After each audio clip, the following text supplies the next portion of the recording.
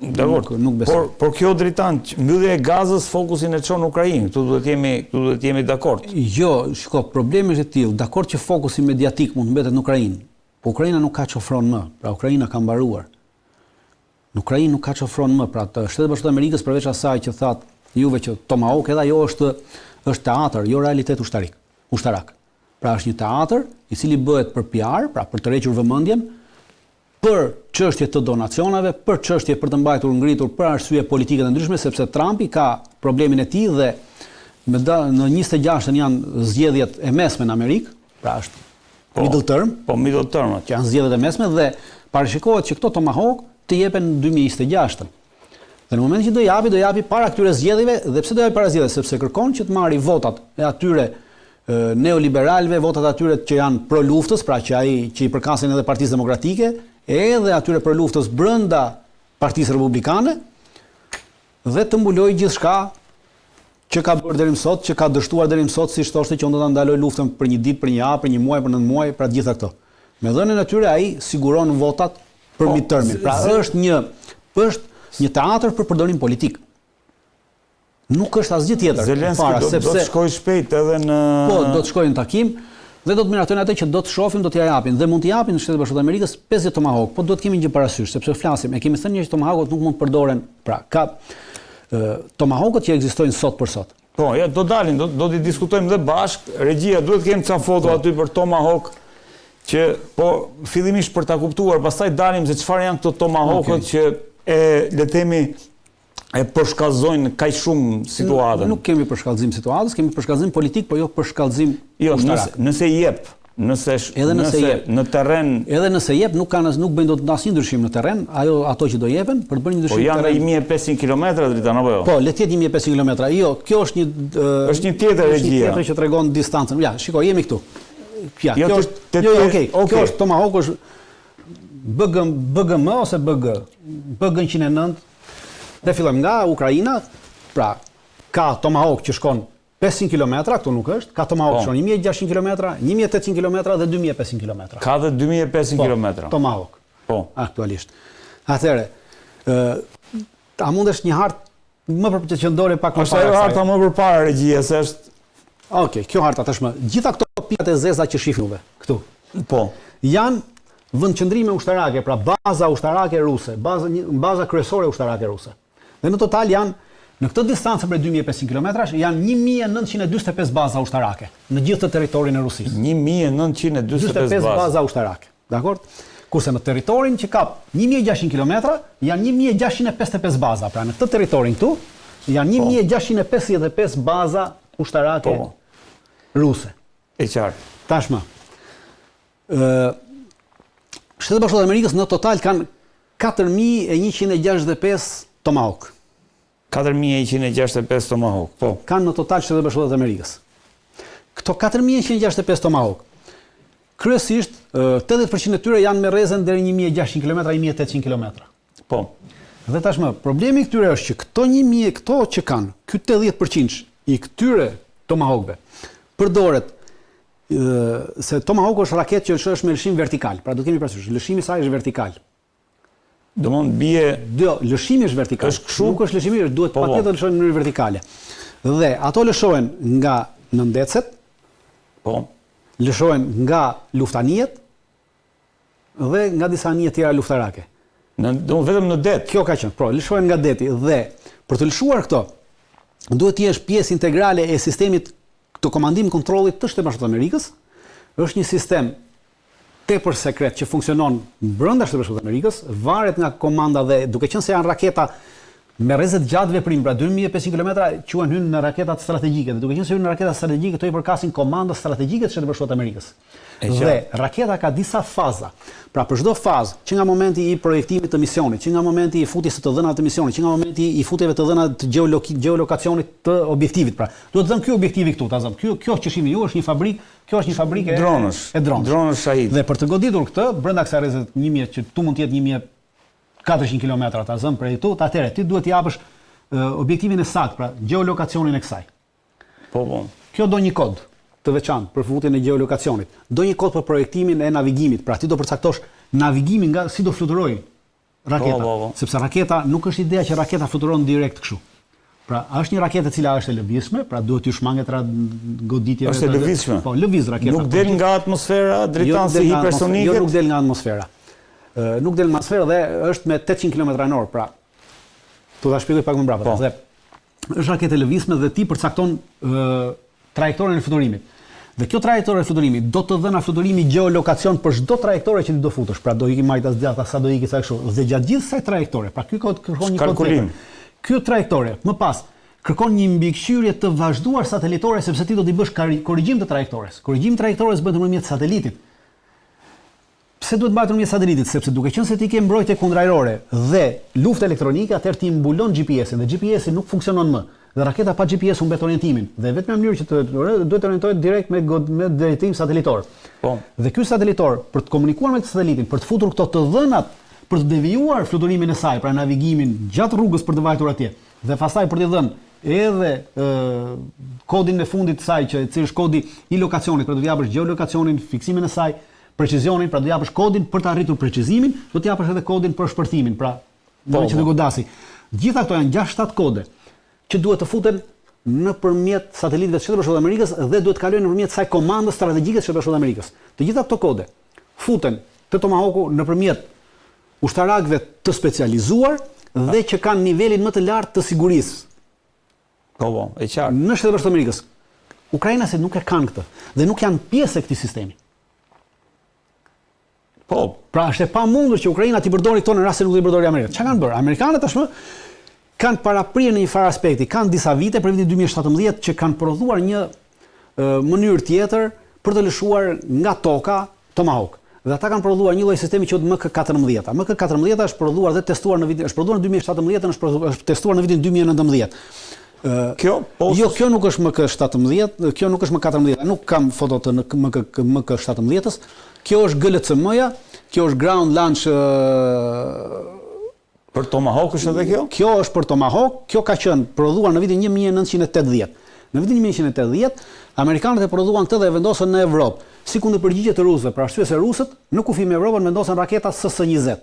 Raketa SS-20 janë raketa balistike me rrezet mesme veprimi, nga 500 deri 5500 km. Edhe atëherë çfarë bën? Amerikanët ato i vendosën në vitin 70 rusët dhe rrezikonin gjithë Evropën, pra gjithë bazat e NATO-s në Evropë.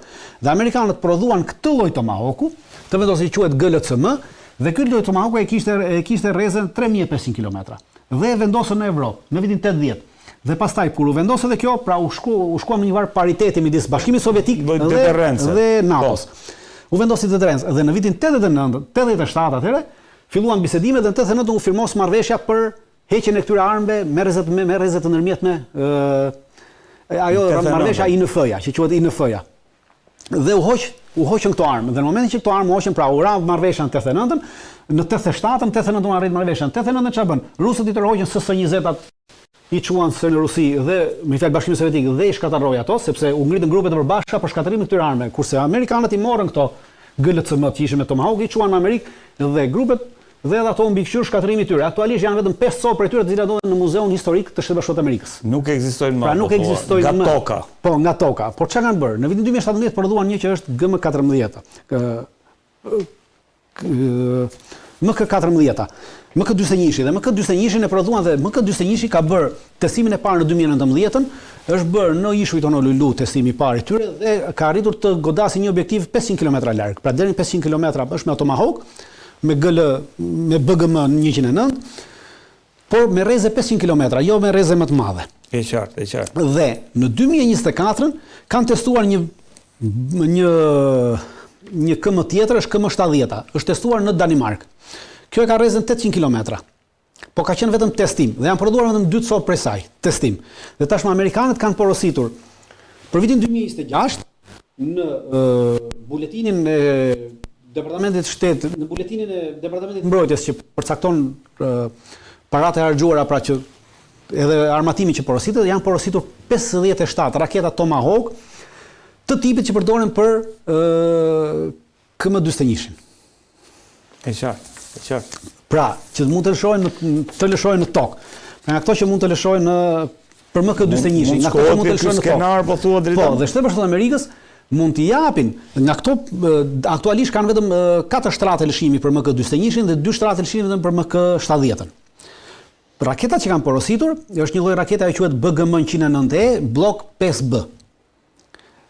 Dhe lëshohet nga ky shtrat lëshimi, pra nga toka në mënyrë vertikale, është një raketë e cila nuk ka nevojë shumë për ndërhyrje satelitore, sepse është 800 km, pra nuk është një rrezë shumë e madhe dhe nuk ka nevojë për satelit dhe nuk ka nevojë as për GPS, pra i futet ajo dhe ka një sistem të korrektimit në fluturim të imazhit, pra t'i jep imazhin satelitor, ja fut lokacionin, geolokacionin dhe imazhin satelitor të objektivit të cilin do godasi dhe duke pasur një program të bëndshëm në kompjuterin e bordit, raketa që bën korrektimin e imazhit, pra ka kamera dhe në moment që shef kamerën dhe bën korrektimin e imazhit dhe shkon në objektiv. Po për të arritur në objektiv nuk është se ka një precizitet të madh, qënë se s'ka drejtim satelitor, me drejtim satelitor precizioni i këtyre raketave është 5 metra nga objektivi. Kurse pa drejtim satelitor ti mund shkosh 100 metra, 150 metra, pra edhe 200 metra mund ta humbasësh. 5 metra mund ta gabosh. 5 metra mund ta gabosh objektivin. Kështu njestrën. Dhe ka porositur për këto raketa të MK-41-shit ka porositur 57 cop për vitin 2026, prodhimi i tyre. Dhe unë mendoj që këto janë porositur dhe është testim. Dhe në këtë mënyrë Shtetet Bashkuara të Amerikës po testojnë këtë lloj rakete në kushte lufte. Jemi në këtë... Por, sido që tjetë, kjo rakete ka shpejtësinë 800 km/h dhe du të kemi që parasysh që këto raketa janë të kapshme nga çdo lloj sistemi mbrojtjes kundërore. Dhe një fakt i tillë e vërteton, në 2017 Shtetet Bashkuara të Amerikës lëshuan këto raketa Tomahawk që shihni juve, me rrezë 1600 km, lëshuan drejt Sirisë. Lëshuan drejt Sirisë 59 raketa në 2017. I lëshuan nga deti, nga ndecet edhe nga dhe forcat armatose të Sirisë në atë kohë arritën të rrëzonin 34 raketa të tilla, me Tomahawk. Dhe i rrëzuan duke përdorur sistemet e mbrojtjes kundërore të vjetra që kanë sisteme ruse, pra përdorën sistemin S-105, S-125, S-200, Bukun, Kuadratin edhe Osën. Arritën të rrëzonin 34 prej tyre. Kurse sistemet që kanë rusët, pra S-300, S-400, S-500, unë besoj që arrëzojnë totalisht. Dhe tashti, kjo është nga ana teknike që ata pra kapaciteti dhe mendoj që këto raketa do t'i jepen e para për të bërë testimin e tyre në kushte reale lufte, një testim i cili unë besoj që do të jetë në një marrëveshje me rusët, pra rusët do vijnë ndjeni që ne po e japim Ukrainës to, do japim këto dhe do lëshë për të parë. Do ta bisedoj me rusët ta Trump, se po gjojmë me prandaj po them që është me rusët, po unë nuk dua të shkoj në këtë pikë. Do ta bisedojnë me rusët dhe do t'i japin. Dhe do shohim kur t'i japin këto, do shohim unë si thash, do t'i japin në momentin që i duhen para zgjedhjeve atje në Amerikë. Do shohim një reagim të madh të media sikur do shkojmë në luftën e tretë botërore. Jo s'ka për ndodhur asgjë, thjesht to raketa do lëshohen, 50 raketa janë ato që do jepen, të 50 raketat nuk do mbërrin në objektiv, pra do të lëshohen, pra mund të mbërrinë njëra tek tuk, por nuk do të mbërrinë gjitha në objektiv. Dhe amerikanët po e testojnë. Në këtë mënyrë, amerikanët testojnë raketën e tyre, po edhe rusët testojnë mbrojtjen e tyre kundërore kundrejt tyre raketave. Pra të dyja palët. Dhe po do vim tash te kapacitetet reale, pra kapaciteti i kësaj, pra s'u do lëshojmë. Në rast se do na ndihmosh ishte një hartë që një hartë me atë vizën në mes. Jo, një hartë tjetër që ishte një kjo. E gjitha kjo që shihni juve, gjithë ky territori që shihni është territori me gjithë të bashkë, është një nga rafineritë më të mëdha që ka Rusia. Kjo rafineria ndodhet në Tatarstan. Po, është 1800 km larg. Shihni diagonale, pra nga këtu deri në cepin tjetër të rafinerisë është 10 km. Është 10 km diagonale. Tashmë, për të azjesuar këtë rafineri, vetëm këtë rafineri, në këtë 10 kilometrash, shtetet Ukrainës i duhen 100 raketa Tomahawk, sepse një raketë Tomahawk e ka rrezën e dëmtimit 100 metra katror. E qartë. Pra kjo është 10.000 metra. Dhe sa rafineri ka si kjo? Dhe janë 13 rafineri të tilla. Pra vetëm për këtë i duhen 100 raketa. Ndërkohë që total Shtetet Bashkuara të Amerikës kanë 4165 raketa.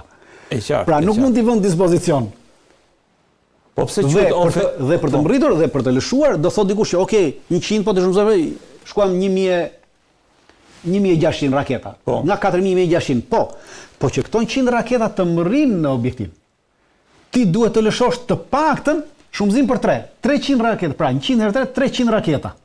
Në mënyrë që të mbingarkosh mbrojtjen kundërore, që këto 100 të arrijnë në objektiv. Minimalja 300. E qartë. Pra ti do të lëshosh midis 300 dhe 500 raketa që të mbërrinë 100. Po 500 raketa, po ti shumëzojnë pastaj. për 13 objektiva që janë, vetëm këto rafinerit që ti shkaktosh dëme, nuk po marrim ato dëmet e tjera që thash, që ishte ajo tjetra që ka 1945 baza ushtarake. Pra është e pamundur që këto raketa në çfarëdo lloj forme t'jepen, edhe këto kur t'jepen, të kenë ndryshim në rrjedhën e luftimit, pra nuk do ndryshojnë asgjë. Thjesht ka për të bërë PR në mënyrë që industria ushtarake të përfitojë, në mënyrë që palët të testojnë armatimin e tyre në të gjitha kushtet e veprimtarisë luftarake në një luftë reale, pra me të vërtetë, dhe nuk ndryshon asgjë për Ukrainën, por në këtë moment edhe nuk e ndryshon luftën, futja nuk e ndryshon rrjedhën e luftës fare kjo raketë. Nuk futemi në një fazë të re si thoshte Trump për nuk futemi në një fazë të re, ajo që Trumpi është një retorikë që po përdor për nevoja politike të vetë të brendshme, nuk futemi në asnjë fazë të re, sepse pse thotë do bisedoj me rusët. Do bisedoj me rusët që të mos shkojmë në këtë pikë, kjo është ideja. Biseda me rusët nuk është të mos, te kjo pikë do shkojnë. Sepse në momentin që kjo është bërë publike, domethënë kjo është vendosur që këto do shkojnë. Po thjesht këta po diskutojnë sërish që ta bëjnë sa më të lehtë për të gjitha palët që ta pranojnë këtë gjë. Sepse nuk mund të shkojmë direkt. Siç u bë me Iranin. Siç u bë me të gjitha. Pra, edhe me të gjitha që kanë dhënë Storm Shadow, gjitha është diskutuar 6 muaj përpara dhe kur u dhan pastaj e kemi diskutuar, nuk ka gjë. Pra, bëhet për këtë mënyrë që mos të shkohet në një përplasje totale. Dhe kjo përplasje totale nuk ka, pse do diskutojmë? Do diskutojmë për arsye sepse këto raketa Tomahawk mund të mbajnë edhe mbushje bërthamore. Dhe normalisht në moment që ti lëshon raketën, unë nuk e di ti e ke me mbushje konvencionale apo me mbushje bërthamore. Por ama unë të garantoj ty në këto bisedime që shiko, këto raketa janë për testim dhe s'kan mbushje bërthamore. E qartë. Pra, kjo është e gjitha. Bisedat drejt kësaj do shkojnë. Si mund të përshkallëzoj goditja e Rusisë dritan në rast se përveç thash mbrojtjes kundërajrore, absolutisht do vjerë duke shkatarruar, pra në momentin e lëshimit të raketave, në momentin që një nga ato raketa do arrijë në një objektiv, do bëj një dëm, pra sa dëmi i tyre është 100 metra. 100 metra sepse sasia e eksplozivit që mund t'i vihet kësaj është 345 kg. Eksploziv, pra nuk ka një eksploziv të madh që mund të bëjë një dëm të madh. Pra 100 metra katrore ka dëmin, nuk bën një dëm të madh. Po kur të arrijnë çfarëdo lloj objektivi që do arrijë, atëherë edhe rusët do përshkallëzojnë goditjen e tyre në objektiva më të mëdha ushtarak, politik dhe do vinë atë demilitarizimin total, shkatërimin total ekonomik, politik të Ukrainës. Do shkojë kundërpërgjigja do jetë dakord, po. Edhe pse njerëzit po shpresojnë për një arritje armëpushimi ashtu si Gaza. Nuk besoj që të ketë armëpushim në Gaza, për arsye se mbetet lufta në Ukrainë tashmë i duhet Trumpit të vazhdojë deri në zgjedhjet e ardhshme. Pra, deri në zgjedhjet në midterm i duhet patjetër, sepse nuk ka çfarë prezanton atje. Sepse brenda ka probleme të mëdha me çështjet e migracionit, përplasje të mëdha, pra pavarësisht se mediat tu nuk janë, po të shohësh mediat amerikane ka protesta të mëdha në gjitha qytetet e Amerikës kundër kësaj çështjes së migracionit që ka nisur Trumpi dhe kundër dërgimit të trupave. Në Chicago, në Illinois, dje kishte pasur me fjalë njerëzit protestonin kundër ushtrisë amerikane duke i bërë thirrje të futurin nëpër kazerma. Pra kjo është një përplasje e madhe që po ndodh. Brenda SBA. Absolutisht brenda SBA-s. Dhe prandaj Trumpi i nevojitet që kjo luftë të vazhdojë. Në rast se kjo luftë mbyllet sot, e zëm se mbylli sot, çfarë do ju prezantojë amerikanëve nesër? Prandaj duhet Tomahawku të prezantohet në momentin para zgjedhjeve dhe të shkuhet në atë aspektin që mediat e paguara atje, do thonë, siç janë të paguara shumica e mediave, 98% mediave janë të paguara nga kjo mainstream media, dhe do thonë që po shkojmë drejt luftës tretë botërore, sepse këto raketa mund mbajnë koka bërthamore dhe Rusia mund na godasi me bombë bërthamore. Dhe njerëzit nuk mendojnë më për atë emigrantë që ka ardhur. Momenti që dhe në atë moment tash o burra ekzistencial. Dhe ky del si garantuesi që jo unë dal garantues dhe shiko ulemi, qetësojmë, pra do përdoren disa raketa, pastaj do kemi një takim sërish dhe neve qetësuam. Këtu jemi ke stërvitja bërthamore, në fakt dritan, regjia në ndihmove. Jemi ke stërvitja bërthamore, po. Po shkojmë NATO, ka nisur para 2 ditëve, më duket, një stërvitje bërthamore quheshe. Po, është stërvitja bërthamore, është Steadfast Noon. Steadfast Noon. Po. Quhet stërvitja bërthamore, është stërvitje vjetore që bëhet, pra nuk është stërvitje e re, është vjetore e programuar, pra është stërvitje kalendarike. Kalendarike, po. Dhe NATO e bën të çdo vit dhe çdo vit është një vend i NATO-s i cili e merr përsipër ta bëjë atë ta organizojë. Këtë vit e ka organizuar Hollanda. Pra Hollanda organizatore, marrin pjesë 14 vendet e NATO-s. Nuk marrin pjesë vendet e tjera, marrin pjesë vetëm 70 avion dhe në total numri personel që merr pjesë në këtë stërvitje të tillë është vetëm 2000 veta. Dhe kjo që po shihni juve, kjo është skema ushtarake, pra e organigrama ushtarake e distriktit jugor të ushtrisë ruse. Distriktit jugor. Ushtria ruse ka 6 distrikte. Atje është Odesa.